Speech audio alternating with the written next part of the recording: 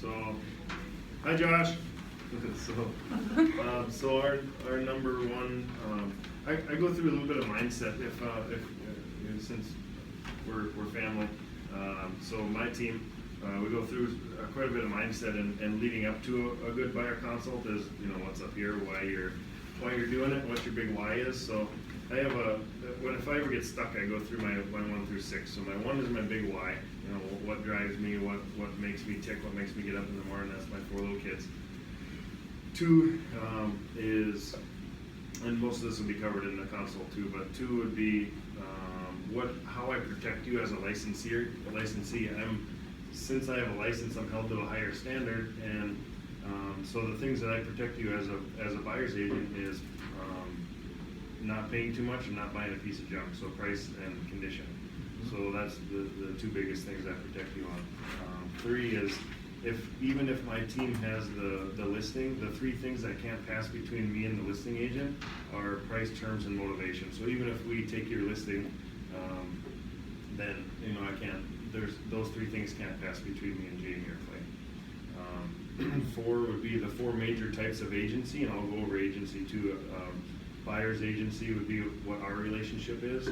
Seller's agent would be between you and whoever I send you to, Jamie or Clay, as a listing agent. Dual agency and facilitator, so we can go over that too. But in our relationship, when you hire me at the end of this meeting, it'll be buyer agent. 5 would be the 5 things. Once, let's say at the end of our little meeting here, and you hire me, and we go look at your 3 favorite properties, and you pick your favorite one, and then we'll need to make an offer. And the 5 things that I plug into into the contract before I send it to you electronically for you to sign, and isn't that where you can buy a house on your smartphone? The 5 things are how much what names or business name you want on the offer, how much you want to offer, and I'll help you with that. What contingencies you're going to put on the offer, like home inspection, financing addendum. If you have to sell your house, the right of first refusal, and if you need to get out of a lease or something like that. So the contingencies, earnest money. How much earnest money you're going to put down. It's usually $1,000 is what I've been doing lately, and then what day you want to close, and I can help you with that too. So those are the 5 things that I'll need once we find the right house. And 6 is the 6 things that I owe you as your realtor. Fiduciary duties are loyalty, obedience, disclosure, confidentiality, reasonable care, and accounting. And so those things my mother-in-law tried putting on the marriage contract when I married her daughter, but that didn't work.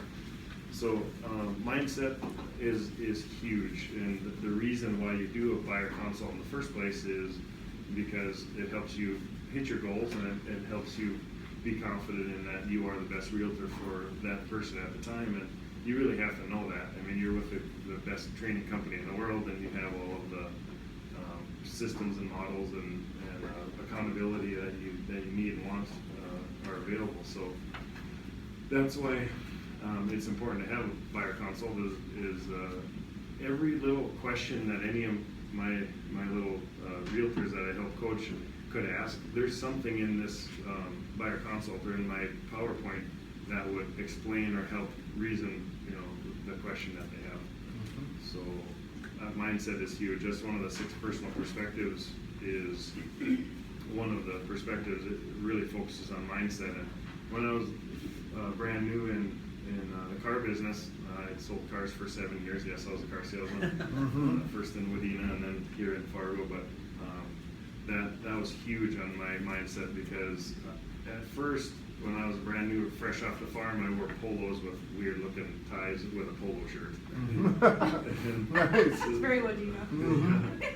So I had to get over myself that when I thought I was a pest, and I wasn't a pest. I was a nice farm kid, and if anyone could do the job, I could do it. So I had to tell myself that. And if you think you're a pest, you probably are. But just having something of value when you're first making your phone calls is huge.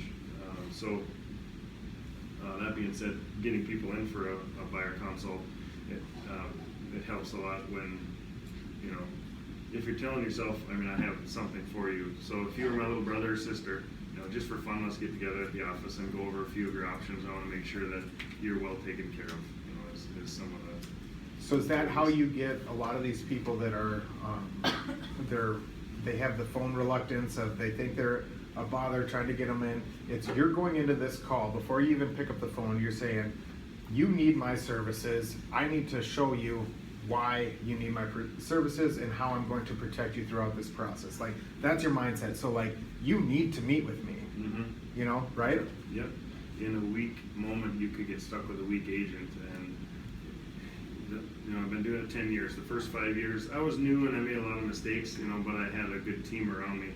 Now I'm with a team that has even better, accountability and systems and models and mindset group, talks. But when you're brand new, you make a few mistakes that you wouldn't have to for a little more headache. So yes, a buyer consult really sets the stage, and it sets up what you can expect from me as your realtor, and so it does help a lot. So what brought my daily affirmations with is what Trevor said I should. So just your own mindset. I just hand wrote these. I make great decisions. They're leading me to exactly where I strive to be. So working on yourself harder than you do at your job, is what Jim Rohn says, will help you with your buyer consult. I'm always self-improving. I keep my mind fertile for the useful and positive ideas that move my family and business forward every day.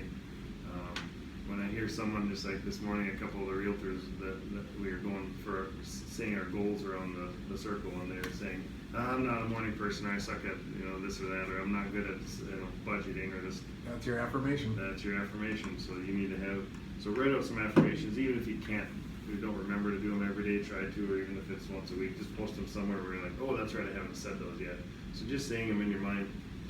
I'll back up even a little further than that. TAR, thoughts plus actions equals results.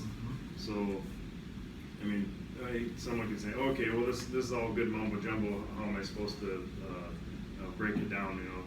And another good book is The Slight Edge by Jeff Olson. He breaks it down into tiny little things that you can do every day to build your confidence, or to know that you're doing the right thing. But yeah, just those tiny little things of, if someone says, well, how am I supposed to do this, or how am I supposed to start having the right mindset? Well, call your friend and say, I'm going to get up at 5 o'clock tomorrow morning and I'm going to work out. So how do we make sure that works? So then accountability is the biggest thing. Yep. So those are the main ones on there, anyways. But so I should have gotten this. I love it. So you think, mindset is kind of goes hand in hand. We talk a lot about is confidence, right? Your confidence and your mindset is everything. When you are with a client and when you're trying, you guys got to understand, you know way more than that client thinks they know. You know what I mean? You're in this every single day. You guys are doing this, and they need your advice, but you cannot. And being new, it's hard because it's the whole, you got to fake it till you make it thing, but confidence is everything. You're helping these people make the biggest decision of their lives, and all they want to know is that they're getting a good job, getting a good deal, and you're doing the best job that you can for them. That's everything. In the beginning, so for me, my personality, I need to know that they like me. So that's huge. I'm a 93% I, so that's influence. That's the social butterfly, they say. So I break it down. I stop. I try to make them laugh. I make sure that they're comfortable with me. Make sure they know that I'm human. Even though I dress like a stud, they're probably intimidated by me. But I want them to know. And it's little things. It's little things like. When you first meet, a big smile and a firm handshake, and make sure they get a cup of coffee. Just any little piece of gratitude, or you see their bumper sticker, or you see what's on their coat, and just start a conversation about it, finding common ground, or just making them more comfortable with me is huge. So once I know that they're starting to smile, they're starting to loosen up a little bit, and the walls are coming down, and they're like, okay, well, he's not gonna make me sign anything, even though they sign every time, because they finally know, like, and trust me after I go through the whole buyer consult. It's kind of like cooking.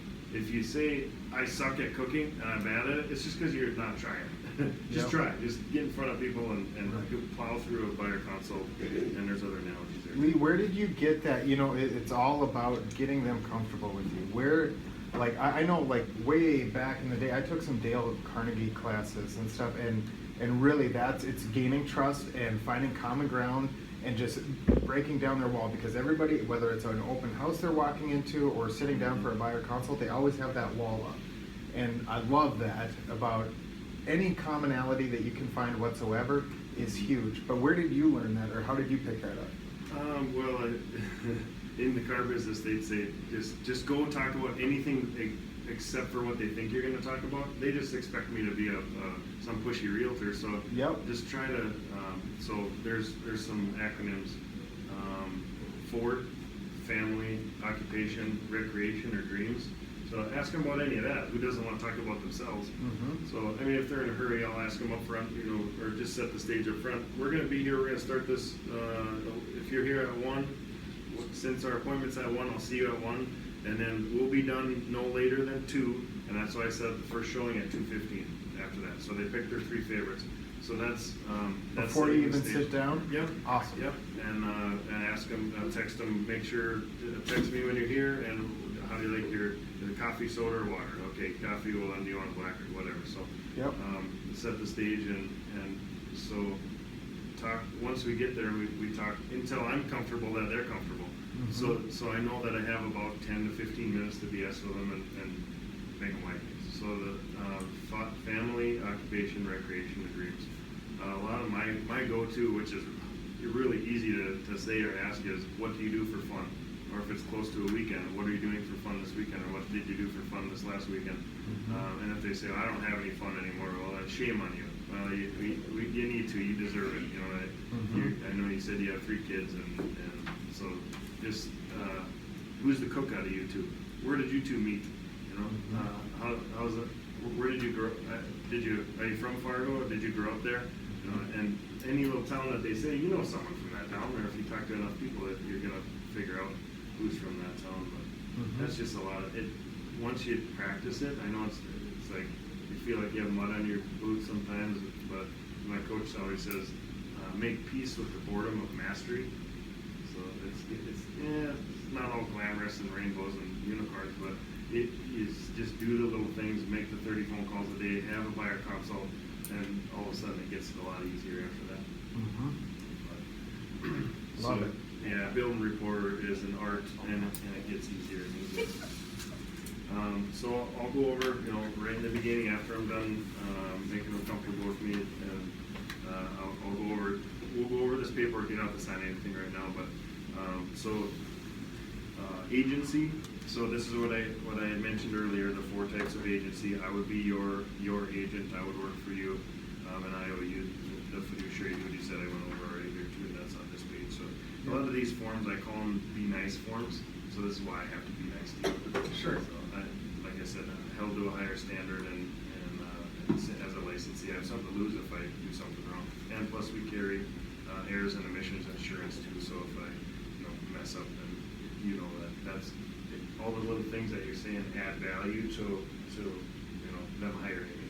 The nice thing is, at the end of this meeting, and I'll ask you, the state makes me ask you if you'll hire me, which is a very easy decision, because my commission is paid for by the seller.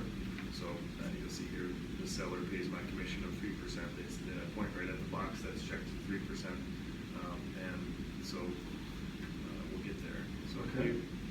The other nice thing about this is under line 78, 77, termination. This exclusive right to represent buyer agreement may be terminated by either party with written mutual consent of the parties. So it's a little easier. Can when you're fire not you friendly. anytime. Yeah. Okay. If you find a friend or relative that's in the business, I've never been fired, but if you find someone that you want to use, you just let me know. It's just no one really is good at someone asks you a hard question or they're defensive about something. So what this all does, setting the stage, is overcoming every objection before it even gets to you. Yeah. So that's what I like to do, because at the end, I have a 99% of everyone, when I say, am I hired? They're, oh, of course. Yeah. So this was done for an investor, so I ended up having to put some extra verbiage in there on the fee and everything, but I never have to waive the fee. If it's a investor that plans on buying more than 10 houses a year, I'll talk to Jeff or Jason and let them know, and they say, yeah, if you have to waive it, go for it, that's fine. And that's talking about the transaction fee, the $495. Yep, and if someone asks about the transaction fee, I mean, there's some extra verbiage here that Keller Williams, Roars Realty, the brokerage firm, will be charging you, the client, the $495, and it just gives some extra verbiage on it if they ask about it. And then just go on to the next page. You don't need to get into all the details. That's Because you're not having them sign this right now, as you're just kind of briefing over everything right now, and at the end you will. At the end of the meeting they sign. Yep. Gotcha. It's just the signature page. So yeah, the seller pays my fee of 3%, not you. And except for there's a $495 fee, and I'll go over what I can normally get that paid for out of the closing costs. So here's another quick analogy or breakdown of. So I know you had already talked to Lindsay at Roggenkamp Mortgage before you came, and you got the ball rolling there. So nice work. That's a huge part of the process. So she maybe didn't get to go over a breakdown of payments or how you come to that. And I just briefly touch on this because a lot of first-time homebuyers don't know exactly how their payments are broke down. So there's two parts. There's down payment and there's closing costs. So down payment, since you're going to be using a first-time homebuyer loan, or federal housing is what FHA stands for, but a first-time homebuyer loan is about 3.5% down. And on your, brand new homes, new construction, well, 165 is where the twin homes start. Single family new construction, Thompson has a really nice one for 209 right now. That's 422, 4-bed, 2-bath, 2-stall. And then I'll break down that one and what a payment looks like on that one, since that's in your price range of 200, so 210,000. So we'll just round it to 200 for how much you're financing. So that $3,500, 3.5% down would be $7,000 down payment. And if you don't have that in your checking account, don't worry. I have some other startup funds that would work for that too. Do you have $7,000? Yeah, we'd be close. Okay, and so the reason I say that is most people don't have 7,000, so that's why you say don't worry about it if you don't, because otherwise their wall goes up and they're like, oh, I guess we can't buy a home. See you later. Mm-hmm. So that's all what a buyer consult is about, is to overcome their objections in their head. Most of the time, and not a glory story or beating my chest or anything, but a lot of times if I get an ISA appointment, Lee, hey, this person wants to meet like right away, but they don't want to buy for 6 months or a year, that's okay. Don't worry, just get them to me. And I keep telling the ISA, just get them to me. So we go through this process. They hire me, and they're at a high right here. So then we go look at 3 of their favorite homes, and I come back 3 hours later and flash an earnest money check in the ISAs, and say they bought. They're like, they were going to buy for a whole year. What happened? Well, they finally found. They're not looking for the right home. They're looking for the right person to sell them. And a lot of times they don't realize that they can get in for less than what they perceive in their head. Mm-hmm. And go over to that, you're never going to find a home that's a 10. When we walk into a house, these top 3 favorites of yours, if anything is over a 6.5 on a scale of 1 to 10, I'm going to ask you to write an offer on it, because you're never going to find a 10. You could build $1 million house and there's still something you wouldn't like about it. But so that being So then when they walk through a house and they're like, oh, I don't know, it's not like screaming at me like I thought it was going to be, that they're like, oh, but that's right, the realtor said that. It's the embedded commands that's setting them up. I love that. So there's your down payment of $7,000. So closing costs, there's about a $4,000 closing cost right now is what I asked for. So worst case, or if we found the perfect house first day on the market, and we're competing on an offer. So here's the house that we're competing on, and here's all the little bids on it, and some of these aren't pre-approved yet. So I'm glad you're pre-approved. Thank you for going and make sure you get Regency all the other things that they need. Here's the other offers on it, and 2 of them, they're already at their max and they can't compete. So then here's us, and I know I went over it too there, but there's other ways to get a property if you're competing on an offer, and I'm trained to do that in 10 years. Escalation clause, pulling contingencies, other little things that you can do that make there's less mud in the water on your offer. So if you say, Lee, don't lose this house for me, I'll get it for you.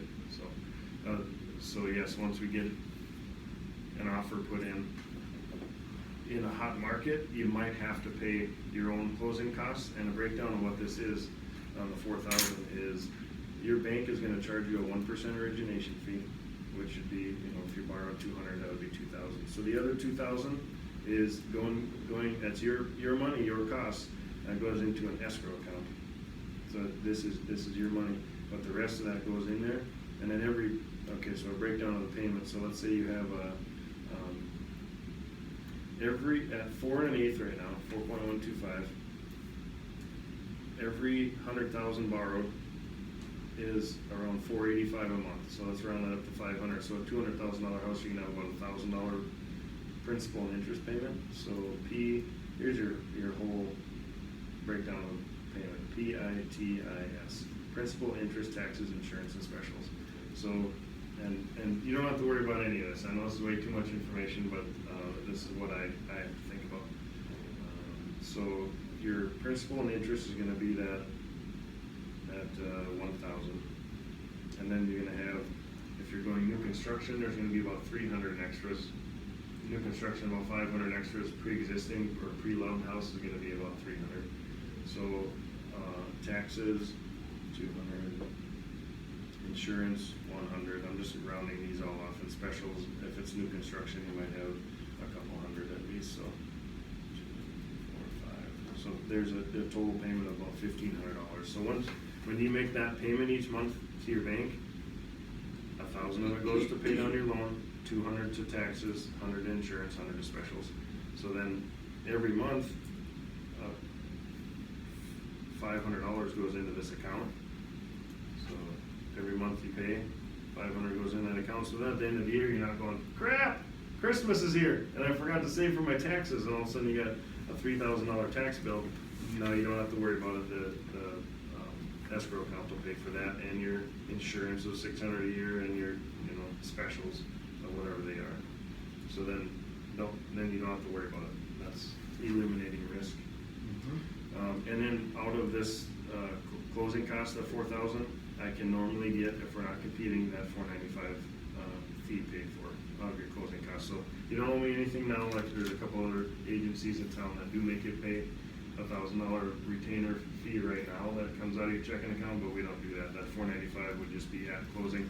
And right over on the other side of the building here, where you probably tried to walk into, is Regency Title, and they're the ones that, in 45 days from right now, if you found one of these 3 houses that we're looking at right after our meeting, and you fall in love with it, and we write an offer, I get you a good deal, and we send it out to your bank, and we send it out to the title company, we do all that for you, and then in 40 days from now, you come and you sign your name 30 million times, and then you get the keys.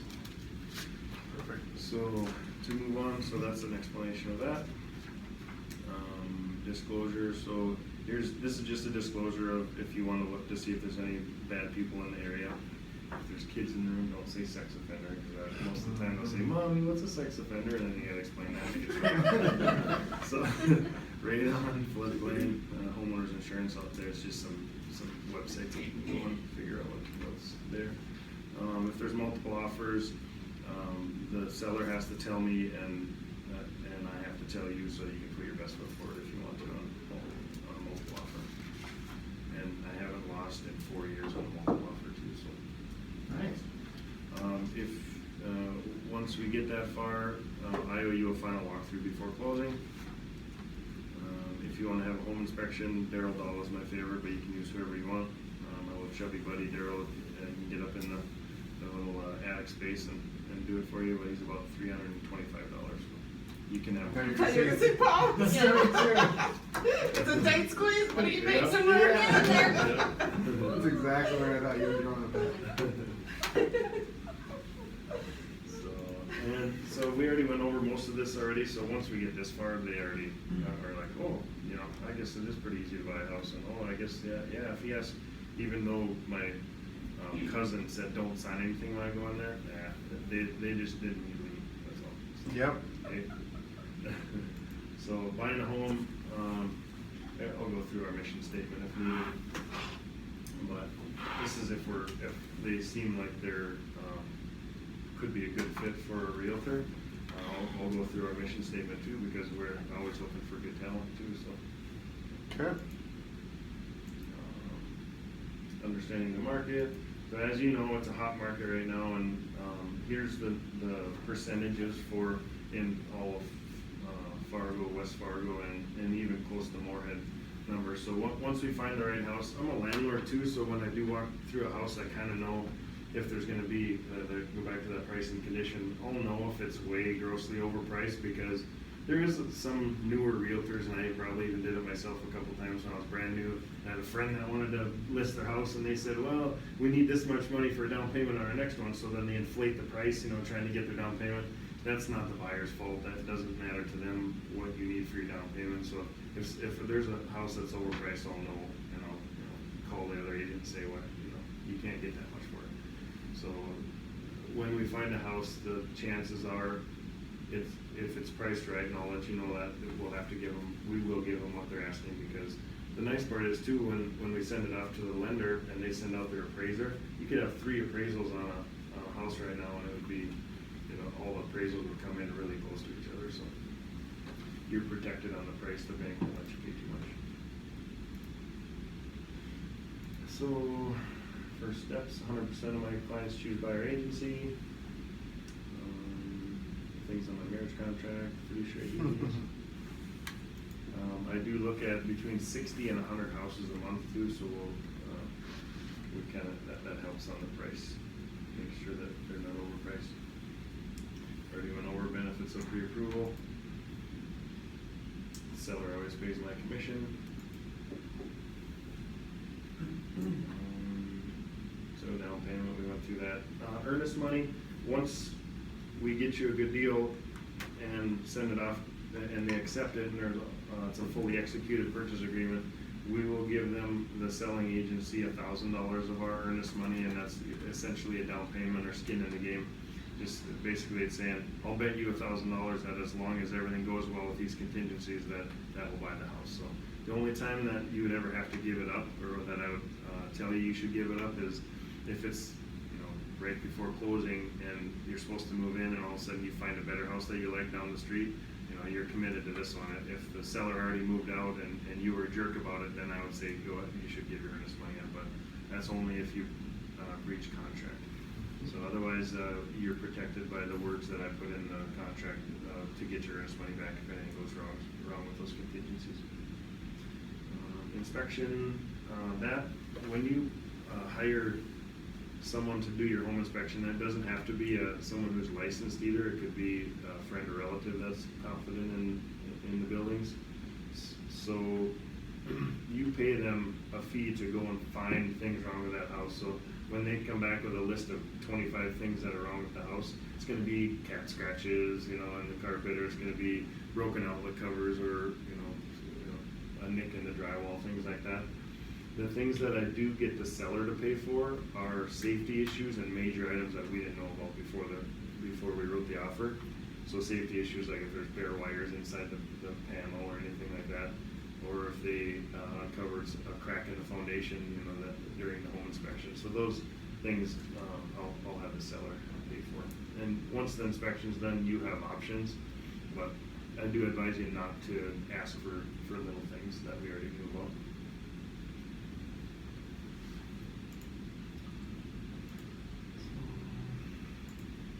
MLS is the thing I just set you up on, and sent you that list of properties. And don't worry even if it's middle of the night and some realtor lists the house for sale and you get an email at midnight, still text me, because my phone's off anyways, but that'll give us best chance of getting it if there's multiple offers, so I can set up a showing right away in the morning, and we can get in there maybe on a lunch break or something. So I'll be flexible for you. My schedule will never get in the way of you missing out on a house that you need. Do you ever sign people up on, because you guys use Boomtown, right? Mm-hmm. Do you sign them up at your consultation with the username, password? Jason does, yep. Yep, if I get an ISA, that's where they were filtered through as. So your ISA will set them up with that prior to meeting. Mhm. Good. Yep, and I try, when I get a lead, I'll make sure and communicate with them well. I get the ISAs to get those buyers in immediately or as soon as possible. Excuse me, even to, if it's on a lunch break or after work or whatever, I'm very flexible for buyer consults, and Trevor, my showing assistant, is very flexible on showings too. So if they sign up and you say, okay, 4 days from now, there's a 80% chance they're gonna back out. So I try to get them in right now and immediately, and you just have a better chance of. Yep, absolutely.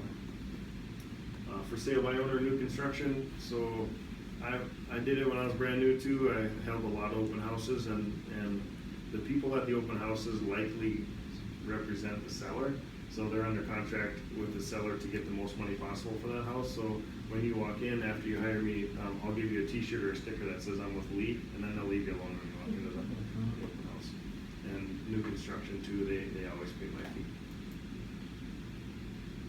Houses, please go to open houses as many as you can. You know, that's a easy way to get inside the house, but Trevor can always show you a house no matter what. My average buyer these days, thanks to technology, only has to look at 1 to 5 houses. So we don't have, everyone had a great uncle that had to look at 40 or 100 houses, and don't worry, I won't waste your time with that.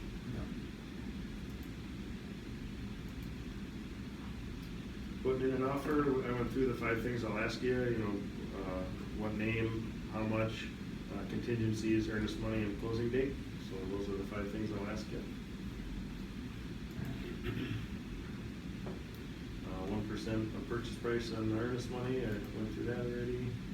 Inspection, we went through that. I hold the lender's hand through the whole process and make sure that there's no hiccups. Loan approval, yeah, we'll make sure that everything's going smoothly on that, as long as, if there's anything that the lender needs from you right now, make sure to get it to them. The quicker the better on that process. And you get a warranty deed, just like a car title when you close, and as long as you make the payments and don't cook meth in the property, you get to stay in it. And after that, you're a homeowner. Am I hired? Of course. Absolutely. And that's the end of it. And just don't, when I read it and say, are you a homeowner? Don't pause, just say, am I hired? And look at them and don't say anything, just shut up and am I hired? And once they say yes, and just flip it around, and there's always 2 pens because Mr. and Mrs. both need to sign. Okay, just a quick initial there, we already went over all this, and I just say one little quick line. This just says I work for you, not the seller. And just, no, it's a really condensed version because you're hurrying up because you have a showing to get to. Yep. Like what I owe you as your realtor, because they already like you. This is really fast. All right, these are the be nice forms. The reason I have to be nice to you. This is just a signature page of the last 5 pages. Seller pays my fee. Place you can look up to see if there's bad people in the area. If they pause, if they probably want you to pause, they're signing as fast as you can flip through them. Yep. I owe you a final walkthrough, and you can use this. So by now, I mean, they're excited to go look at this house. They even, I think in a way, they even think that they have to sign these in order to go look at the house afterwards. But they're okay with it because they already know, like, and trust you. And that they're not paying, it all comes from the seller, so that's the big thing. Yep. So when you have like, not first home buyers, I mean, how different is this compared? I mean, Sorry, what was the first part? well, like if, obviously first time home buyers is awesome, Mhm. but now you have someone who is buying their second home, Yep. like I just think I don't wanna bore them with like, okay, yeah, we bought a home, we know we have to have earnest money, we know like, Yep. that was like on Saturday I had one, so I was like, okay, I know you've been through a lot of this, so, Mhm. like. Yep, I preface it that, I know you're an educated buyer, you've been through this before, so some of these I'll go a little faster on, but it does change a lot, so this will change from year to year too, so they still need to hear it. Okay. And it helps build rapport through the whole. Sure. So you think of, if you can make them laugh, they're gonna buy from you. Yep. So that's one of the biggest things, if a stupid joke comes up, or, a few times during the process, I'll ask them, any questions so far, or how's it going? You know, you look a little nervous, or you know, hey, so just stop and sit back and say, so where did you two meet anyways? Or if they say something that reminds you of one of those rapport building questions, just say it. You know, just sit back. I mean, we have plenty of time anyway. It's fun. It gets fun. So that appointment you set up afterwards, they were already looking and wanted to see that house? Yep. Okay. So part of. So you basically, they'll say they wanna look at a house, but you say, would you mind meeting me first, and then we'll go over a little bit of stuff? And then- Oh, yep. Okay. Yep. That sounds good. So if they have a specific house they wanna look at, and they're kinda like, nah, I just wanna go look at the house, and just go through that again. Yeah, I wanna make, if you're my little brother, I wanna make sure that you're well taken care of. And Right. there's a few other properties that are just like that one too, and I'll print those off before you get here, and we'll just have a quick meeting. We'll sit down and I'll just go through, you know, what it's like to buy a house, and I promise it'll be fun. You'll leave here, you know, being, you'll go, oh, okay, I see why we're met now. So, Yeah, okay. just a quick, you know, just for fun. If you're my little brother, And you I go wanna through make sure 6 you're, reasons with them too? Yeah. Okay. yeah, you're well taken care of. You know, I protect you, all the little, and I don't do it on purpose or to be cheesy, but it's just being a master of what you're doing. Yeah. Like baseball players, they swing the bat 1,000 times a month, you know, and that's just, and it's not to hit every ball, it's to, for when the perfect one does come in, that they're ready for it, that they're sharp at their game, you know, they know. I mean, when I was a brand new too, I didn't know the process well enough, or if someone comes in and they're like, they wanna make an offer, don't bring up objections. There's a lot of realtors that will accidentally slow them down, go as fast as they wanna go, Mhm. and just be confident that, hey, you've got a team that can flip and turn houses. And you guys, how many did you do that? I mean, it doesn't matter. You guys did a lot of houses last year, and so you can move fast if you need to. Yeah. What, so you guys aren't setting a lot of the appointments, your ISAs are, correct? What, cause we set the appointments ourselves and we're the ones that are nurturing all the appointments. What are you getting, or what are the conversations like to get them to come in and meet with you? You know, you get the people, oh, we're just looking. Mhm. Oh, we're not ready. Yep, a couple of good points on that is, and this is purely fact. Okay, I understand that you wanna just wait and maybe save up a little more money to buy your payment down a little bit. If you're my little brother or sister, I'd wanna make sure you knew this. It would be irresponsible of me as your agent not to tell you this. You know, I already built some report. Mhm. So, on a $250,000 house, so your payment on a $250,000 house is approximately, what, you know, 1,300, let's say 1,500. So $250, and if they're right in front of you, just write it out. So a $250,000 house, your payment after everything is about 1,500, and that's at 4.125. If you wait and it goes up to 5.125, which is still a great rate on a $250,000 house, you would have to put $38,000 down to get to that same payment. $38,000. So I know you said you want to save up more money to buy your payment down and have more of a down payment, and that's great. That's a good Dave Ramsey tactic. And just want to let you know, if you wait and that rate goes up, which it very likely will, you have to put that extra $38,000 down in order to get to that same exact payment. Also, over the term of that loan, 30 years, you know, you probably won't stay in there for 30 years anyways, but there's an extra